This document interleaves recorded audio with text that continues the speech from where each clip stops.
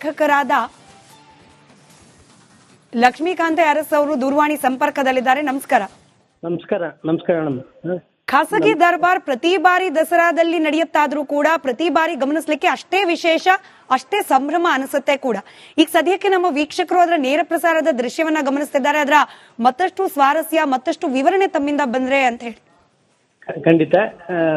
ಇದು ಮೈಸೂರು ಸಂಸ್ಥಾನ ಜೀವಂತ ಇರುವಂತ ಏಕೈಕ ಸಂಸ್ಥಾನ ಮೈಸೂರು ಸಂಸ್ಥಾನ. ನಮ್ಮಲ್ಲಿ ಮೈಸೂರು ಸಂಸ್ಥಾನದಲ್ಲಿ ನಡೆಯುವಂತಹ ಅರಮನೆ ಒಳಗಡೆ ನಡೆಯುವಂತಹ ವಿಧಿವಿಧಾನಗಳು ಯಥಾವತ್ತಾಗಿ ನಡ್ಕೊಂಡು ಬರ್ತಾ ಇದೆ. ಯಾವುದೇ ಚಾಚು ತಪ್ಪದ ಹಾಗೆ ಇಂದು ಸಹ ನಮ್ಮ ಇಂದಿನ ಯುವರಾಜನಂತ ಯದುವೀರ ಕೃಷ್ಣ ಚಾಮರಾಜ ಒಡೆಯರವರು ಬೆಳಗ್ಗೆ ಎಣ್ಣೆ ಸ್ನಾನವನ್ನ ಮಾಡಿ ನಂತರ ಕಂಕಣ ಧಾರಣೆ ಮಾಡ್ತಾರೆ.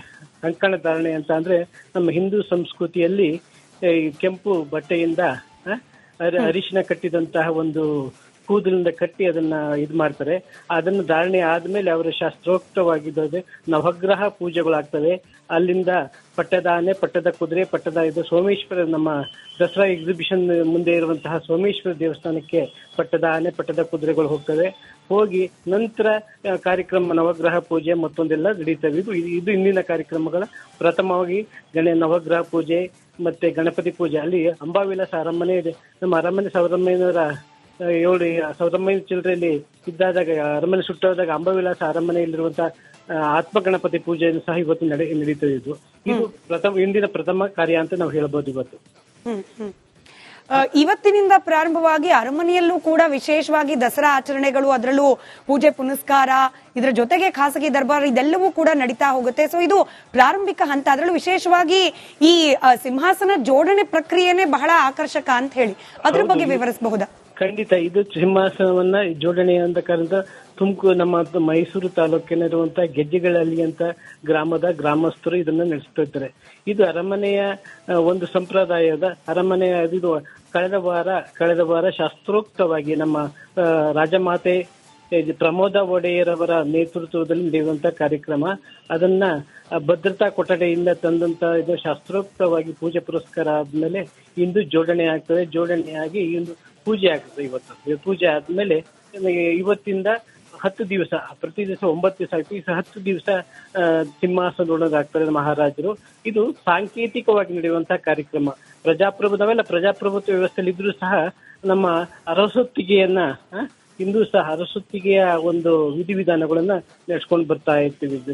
ಇದಕ್ಕೆ ಪ್ರಾರಂಭಿಕವಾಗಿ ಇಂದು ನಾನು ಮೊದಲೇ ಹೇಳ್ಬೇಕಾದ್ರೆ ಮೈಸೂರು ಸಂಸ್ಥಾನ ವ್ಯಾಪ್ತಿ ಬರುವಂತಹ ಸುಮಾರು 9 ದೇವಸ್ಥಾನಗಳು, ನಂಜನಗೂಡು ಇರ್ಬೋದು, ನಂಜನಗೂಡು, ಶ್ರೀರಂಗಪಟ್ಟಣ, ಮೇಲುಕೋಟೆ ಇಲ್ಲೆಲ್ಲ ಬರುವಂತಹ ದೇವಸ್ಥಾನಗಳಿಂದ ಪೂಜೆ ಬಂದಂತ ಪ್ರಸಾದವನ್ನ ನಮ್ಮ ಯದುವೀರು ಅದ ಮಹಾರಾಜರು ಅದನ್ನು ಸ್ವೀಕರಿಸಿ ಆಮೇಲೆ ಸಿಂಹಾಸನಕ್ಕೆ ಪೂಜೆ ಆದ ನಂತರ ಸಿಂಹಾಸನ ರೂಢರಾಗ್ತಾರೆ. ಸಿಂಹಾಸನ ರೂಢರಾದಾಗ ನಮ್ಮ ಸಂಸ್ಥಾನ ಗೀತೆಯಾದಂತ ಕಾಯೋ ಶ್ರೀ ಗೌರಿ ಅಂತ ಒಂದು ಸಂಸ್ಥಾನ ಗೀತೆ ವಿದ್ವಾನ್ ಬಸಪ್ಪ ಶಾಸ್ತ್ರಿಯವರು ರಚಿಸಿದಂತ ಕಾಯೋ ಶ್ರೀ ಗೌರಿ ಆಗುತ್ತೆ. ಅವರಿಗೆ ಹಿಂದೆ ಯಾವ ರೀತಿ ನಡೀತಿದ್ದ ಅದೇ ರೀತಿ ಒಂದಿ ಮಾದಗರು ಅವರಿಗೆ ಘೋಷಣೆಗಳನ್ನು ಕೂಗಿ ಅವರನ್ನ ಇದು ಮಾಡ್ತಾರೆ. ಸರ್ದಾರ್ ಅಂದ್ರೆ ನಮ್ಮ ADC ಅಂತ ಏನ್ ಕರಿತೀವಿ, ಈಗ ಜಿಲ್ಲಾಧಿಕಾರಿಗಳು ಅಂತ ಕರಿತೀವಿ, ಅವಾಗ ಸರ್ದಾರ್ ಅಂತ ಕರಿತಿದ್ರು. ಸರ್ದಾರ್ ಅವರ ಕೈಯಿಂದ ಹಸ್ತಲಾಘವನ್ನೇ ಮಾಡ್ಕೊಂಡು ಸಿಂಹಾಸನಕ್ಕೆ ಹತ್ತಿಸ್ತಾರೆ. ಆ ಮಹಾರಾಜರು ಯಾವಾಗ್ಲೂ ಕೂರ್ಮ ಅಂದ್ರೆ ಆಮೆಯ ಮೇಲೆ ಕೂತ್ಕೊಳ್ಳೋ ಸ್ಟೈಲಲ್ಲಿ ಕೂತ್ಕೊಂಡು ಇವತ್ತು ದರ್ಬಾರ್ಗಳು ಇವತ್ತಿಂದ ಪ್ರಾರಂಭ ಮಾಡ್ತಾರೆ. 9 ದಿವಸ. ಇದರ ಜೊತೆಯಲ್ಲಿ ನೀವು ಸಿಂಹಾಸನದ ಬಗ್ಗೆ ವಿವರಿಸ್ತಾ ಇದ್ರಿ. ಸಿಂಹಾಸನಕ್ಕೆ ಈಗ ಪ್ರಜಾಪ್ರಭುತ್ವ ವ್ಯವಸ್ಥೆಯಲ್ಲಿ ಹೆಚ್ಚಿನ ಮಾನ್ಯತೆ ಇಲ್ಲದೆ ಹೋದ್ರೂ ಕೂಡ ಪರಂಪರೆ ಜೊತೆಗೆ ಆಚರಣೆ, ಈ ದೃಷ್ಟಿಯಲ್ಲಿ ನೋಡಿದಾಗ ಈಗಲೂ ಕೂಡ ಅದೇ ಗೌರವ, ಹಾಗೆ ಅಷ್ಟೇ ಭಕ್ತಿ ಭಾವ ಅದರಲ್ಲೂ ಮೈಸೂರು ಅರಸ ಪರಂಪರೆಯವರು ಅದ್ರ ಬಗ್ಗೆ ಹೊಂದಿರೋದು ಅಂತ ಹೇಳಿ. ಹೌದೌದು. ಈಗಲೂ ಸಹ ಯಾವುದೇ ಒಳಗಡೆ ಮೈಸೂರು ಅರಮನೆ ಒಳಗಡೆ ನಡೆಯುವಂತ ಕಾರ್ಯಕ್ರಮಗಳು ಚಿಕ್ಕದಾದ್ರೂ ಸಹ ಮೊದಲು ನಾ ಹೇಳ್ದಂಗೆ 1968ರವರೆಗೆ ನಮ್ಮಲ್ಲಿ ಸಂವಿಧಾನಕ್ಕೆ ಒಂದು ತಿದ್ದುಪಡಿ ತರ್ತಾರೆ. ತಿದ್ದುಪಡಿ ತರುವವರೆಗೂ ಸಮಾಜವಾದಿ ಮತ್ತು ಜಾತ್ಯತೀತ ಎಂಬ ಒಂದು ತಿದ್ದುಪಡಿ ತರುವಾಗ ಅಲ್ಲಿವರೆಗೂ ಸಹ ರಾಜಪ್ರಭುತ್ವ ಇತ್ತು. ಅಂದ್ರೆ ನಮ್ಮ ಸಾರ್ವಜನಿಕರಿಗೆಲ್ಲ ಅವಕಾಶ ಇತ್ತು. ಆದ್ರೆ ನಾನು ಜಯಚಾಮರಾಜ 25ನೇ ದೊರೆ ಅಂತ ಜಯಚಾಮರಾಜೇಂದ್ರ ಒಡೆಯರ್ ಕಾಲದಲ್ಲಿ ಅದನ್ನ ರಾಜಪ್ರಭುತ್ವ ಇದನ್ನ ರಾಯಲ್ಟಿ ಕಿತ್ಕೊಂಡಾಗ ಅವರು ಮಾಮೂಲಿ ಟ್ಯಾಕ್ಸ್ ಪೇಯರ್ ಆದ ನಂತರ ನಮ್ಮಲ್ಲಿ ಈ ವಿಧಿವಿಧಾನಗಳು ಖಾಸಗಿಯಾಗಿರ್ತವೆ. ನಾಡ ಹಬ್ಬ ಅಂತ ನಮ್ಮ 1973 ನಾಡ ಹಬ್ಬ ಆಗಿ ಹೊರಹೊಮ್ಮುತ್ತದೆ. ಅದು ಇದು ಎರಡು ರೀತಿ ಇದೆ. ಕೆಲವರು ನಾಡ ಹಬ್ಬ ಅಂತ ಹೇಳ್ತಾರೆ. ನಾಡ ಹಬ್ಬ ಸರ್ಕಾರ ನಡೆಸುವಂತ ಹಬ್ಬ ನಾಡ ಹಬ್ಬ. ಧಾರ್ಮಿಕ ವಿಧಿವಿಧಾನಗಳನ್ನ ಅರಮನೆ ಒಳಗೆ ನಡೆಸುವಂತ ಮೈಸೂರು ಮನಸ್ಸು ಖಾಸಗಿಯಾಗಿ ನಡೆಸ್ತಾರೆ. ಇದಕ್ಕೆ ಮೈಸೂರು ಮಹಾರಾಜರ ಅರಸು ವಂಶಸ್ಥರ ಇರುತ್ತೆ, ಅವ್ರಿಗೆ ಮಾತ್ರ ಅವಕಾಶಗಳಿರುತ್ತೆ. ಅವರು ಸಹ ಪೇಟ, ಲಾಂಗ್ ಕೋಟ್ ಮತ್ತೆ ಇವನ್ನ ಶಿಸ್ತುಬದ್ಧಂತ ಶಾಸ್ತ್ರೋಕ್ತವಾದಂತ ಡ್ರೆಸ್ಸನ್ನ ಧರಿಸ್ಕೊಂಡೆ ಒಳಗಡೆ ಹೋಗ್ಬೇಕಾಗತ್ತೆ. ಇದು ನಮ್ಮ ಸಂಪ್ರದಾಯ ಬೆಳೆದು ಬಂದಿದೆ. ಇದು ಸರಿ. ನಾವು ದೃಶ್ಯದಲ್ಲಿ ಈ ಅರಮನೆಗೆ ಸಂಬಂಧಪಟ್ಟ ಪಟ್ಟದ ಆನೆ ಸೇರಿದಂತೆ ಇತರೆ ಅಲ್ಲಿನ ಸಾಕು ಪ್ರಾಣಿಗಳನ್ನ ಕೂಡ ಗಮನಿಸ್ತಾ ಇದೀವಿ. ಇದು ವಿಶೇಷವಾಗಿ ಆಯುಧ ಪೂಜೆ ದಿನ ಅದಕ್ಕೆ ಪೂಜೆ ಪುನಸ್ಕಾರ ಮಾನ್ಯತೆ ಆದ್ರೂ ಕೂಡ ಇವತ್ತು ಅದಕ್ಕೆ ವಿಶೇಷವಾಗಿ ಅಲಂಕಾರ ಮಾಡಲಾಗಿದೆ. ವಿಶೇಷ ಅಲಂಕಾರ ಮೊದಲು ಹೇಳಿದ ಹಾಗೆ ಇವತ್ತು ನವಗ್ರಹ ಪೂಜೆ ಆದ ನಂತರ ನವಗ್ರಹ ಪೂಜೆ ನಂತರ ಅಂಬಾವಿಲಾಸ ಅರಮನೆಯಲ್ಲಿರುವಂತ ಆತ್ಮ ಗಣಪತಿಗೆ ಪೂಜೆ ಆದ ನಂತರ ಪಟ್ಟದ ಆನೆ, ಪಟ್ಟದ ಕುದುರೆ, ಪಟ್ಟದ ಇವೆಲ್ಲ 3 ಇದು. ಮತ್ತೆ ಅಲ್ಲಿ ಸೋಮೇಶ್ವರ ದೇವಸ್ಥಾನ, ನೀವು ಮೈಸೂರು ನೋಡಿರ್ಬೇಕು, ನೀವೆಲ್ಲ ಗೊತ್ತು, ಸ್ಮಿತಾ ಮೇಡಮ್ ಗೊತ್ತಿರ್ಬೇಕು, ನೀವೆಲ್ಲ ನೋಡಿರ್ತೀರಿ. ನಮ್ಮ ಎಕ್ಸಿಬಿಷನ್ ದಸರೆ ವಸ್ತು ಪ್ರದರ್ಶನ ಪ್ರಾಧಿಕಾರ ಕಡೆಗೆ ಸೋಮೇಶ್ವರ ದೇವಸ್ಥಾನ ಅಂತ ಇದೆ.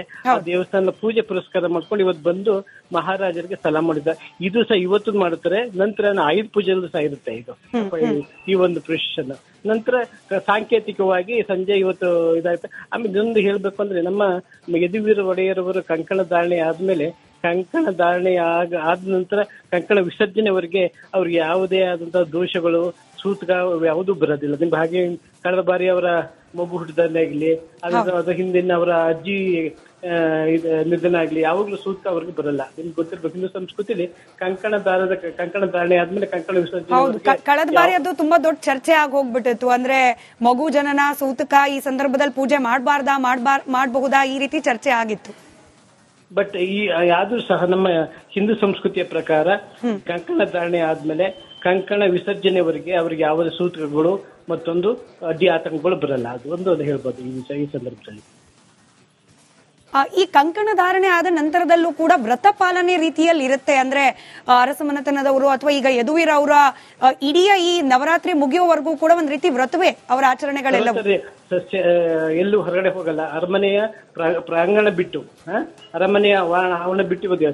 ಇವಾಗ ಅವ್ರಿಗೆ ಸಾರ್ವಜನಿಕ ವ್ಯಕ್ತಿ ಆಗ್ಬಿಟ್ಟಿದ್ದಾರೆ, ಲೋಕಸಭಾ ಸದಸ್ಯರಾಗಿದ್ದಾರೆ. ಆದ್ರೂ ಸಹ ಯಾವುದೇ ಕಾನೂನುಗಳಿರ್ಬೋದು ಅಥವಾ ತುರ್ತು ಕಾರ್ಯ ಇರ್ಬೋದು, ಅವ್ರು ಆದ್ರೆ ಅರಮನೆ ಬಿಟ್ಟು ಈಚೆ ಬರಲ್ಲ. ವ್ರತಗಳನ್ನ ಪರಿಪಾಲನೆ ಮಾಡ್ತಾರೆ. ಕೆಲವು ಸಂದರ್ಭ ಉಪವಾಸಗಳು ಮಾಡ್ತಾರೆ. ನೀವು ಮುಂದೆ ನೋಡ್ಬೇಕು, ಕಾಳರಾತ್ರಿ ಅಂತ ಒಂದು ಸರಸ್ವತಿ ಪೂಜೆಗಿಂತ ಬರುತ್ತೆ. ಅವಾಗ ನೀವು ಅದ್ಭುತವಾದಂತ, ಅದು ಸಾರ್ವಜನಿಕರಿಗೆ ಅವಕಾಶ ಇರಲ್ಲ, ಆದ್ರೂ ಸಹ ಒಂದು ಅದ್ಭುತವಾದಂತ ಕಾರ್ಯಕ್ರಮವನ್ನ ಅವತ್ತು ಮಾಡ್ತಾರೆ. ಹೀಗೆ ಪ್ರತಿ ದಿವಸ ಒಂದೊಂದಲ್ಲ ಒಂದು ಕಾರ್ಯಕ್ರಮಗಳು ನಮ್ಮ ಅರಮನೆ ಒಳಗೆ ನವರಾತ್ರಿಯ